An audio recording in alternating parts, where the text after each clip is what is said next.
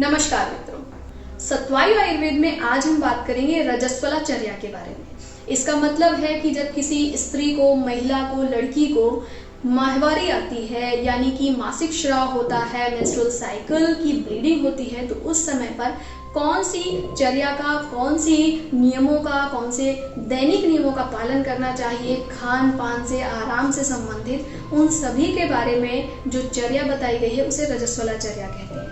आयुर्वेद में इसका विस्तार से वर्णन किया गया है। अगर एक स्वस्थ दिनचर्या का पालन नहीं किया जाता है तो ऐसे समय पर कई सारी परेशानियां आ सकती हैं। इसके अलावा बाद में भी कई तरह की बीमारियां हो सकती हैं। इसलिए एक स्वस्थ रजस्वला चर्या का पालन करना जरूरी है।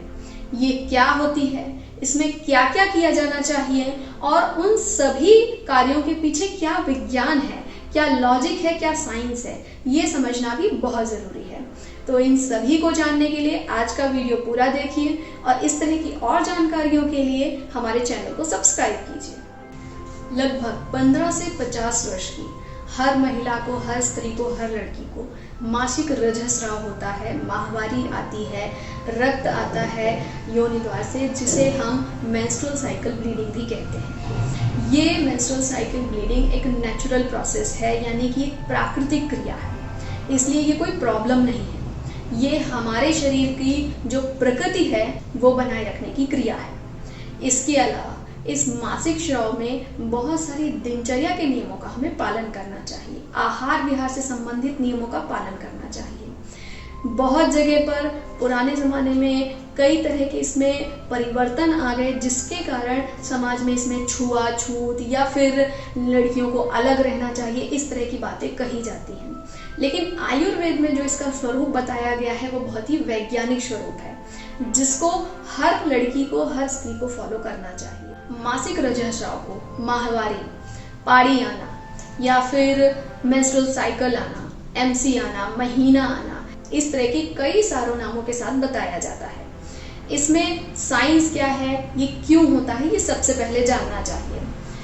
क्योंकि हमारा जो शरीर होता है वो हर महीने जननांगों को, जनन तंत्र को तैयार करता है प्रेगनेंसी के लिए, गर्भधारण के लिए। इसलिए यूट्रस में, यानी कि गर्भाशय में रक्त नलिकाओं की एक लेयर बनती है, जिसे कि यूट्रस बेड कहा जाता है, जिससे कि अगर उस महीने गर्भधारण होता है तो जो गर्भ होता है वो गर्भाशय में अच्छी तरह से लग पाए।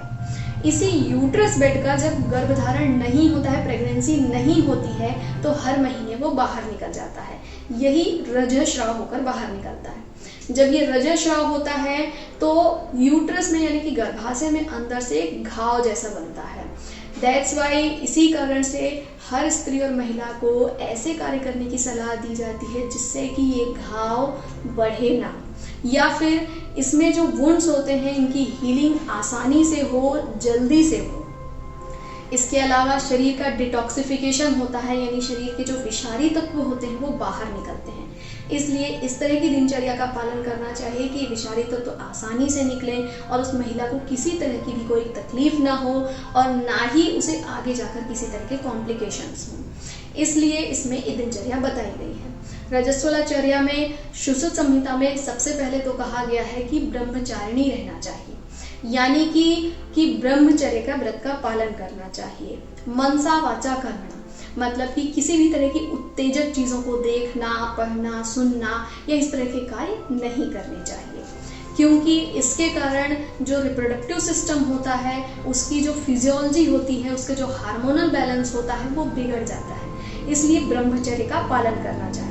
इसके अलावा कई तरह की बीमारियां जो सेक्सुअली ट्रांसमिटेड होती हैं वो हो सकती हैं, इसलिए इस समय पर ब्रह्मचर्य का पालन करना चाहिए।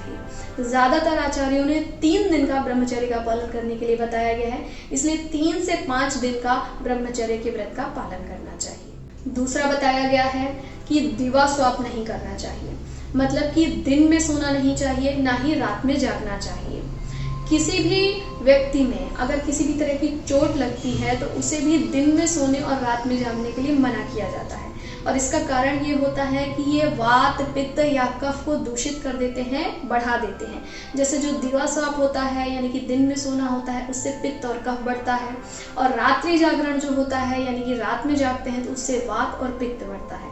तो इन सभी कारणों से दर्द होना या उसमें गांठें आना या अलग अलग तरह की शिकायतें शुरू हो सकती हैं। ये याद रखिए कि माहवारी आना या महीना आना, रजस्राव होना मासिक, ये नेचुरल प्रक्रिया है, प्राकृतिक प्रक्रिया है।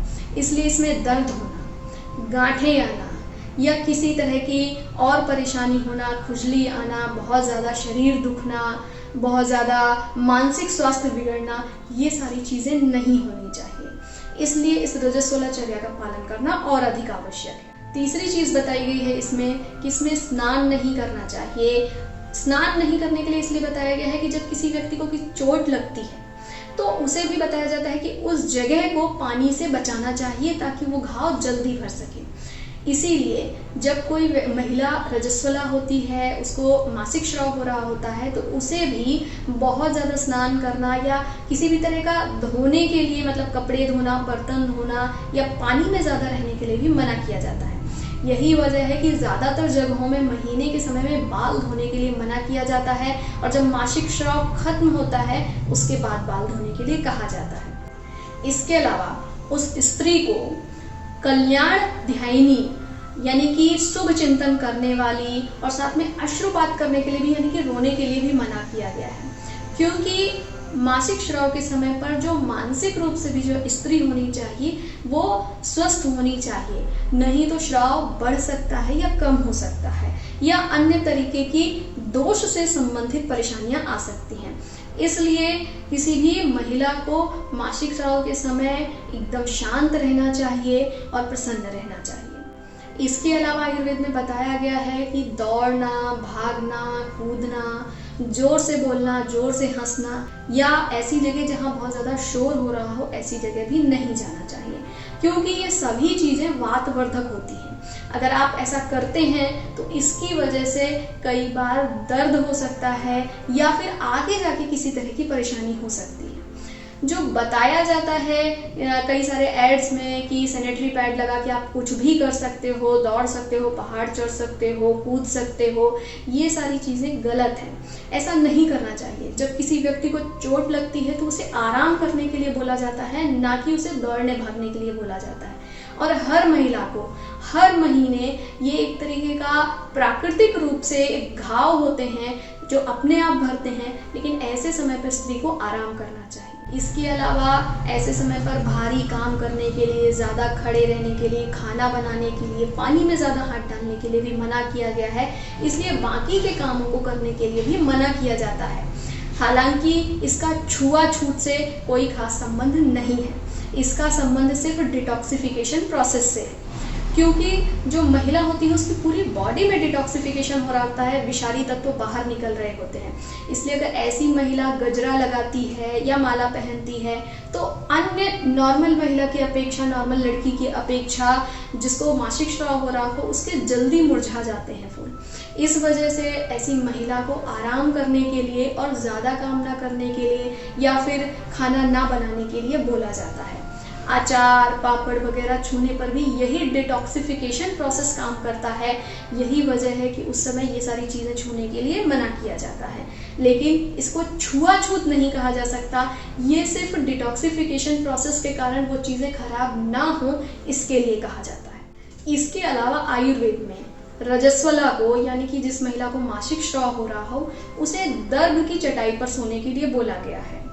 दर्भ की चटाई, दर्भ जो होता है एक तरह की खास घास होती है जिसका जो कार्य होता है वो मूत्र रेचन का होता है, मतलब कि ये जो मूत्र वह संस्थान होते हैं वस्ति शोधन का कार्य करते हैं। इस वजह से इस तरह की चटाई पर सोने के लिए बोला जाता है। लेकिन छुआछूत जैसी कोई चीज़ समाज में नहीं होनी चाहिए, मतलब कि ऐसी स्त्री को छुआ नहीं जा सकता या उसे अलग कमरे में अकेले ऐसे सोना चाहिए, ऐसा नहीं बताया गया है।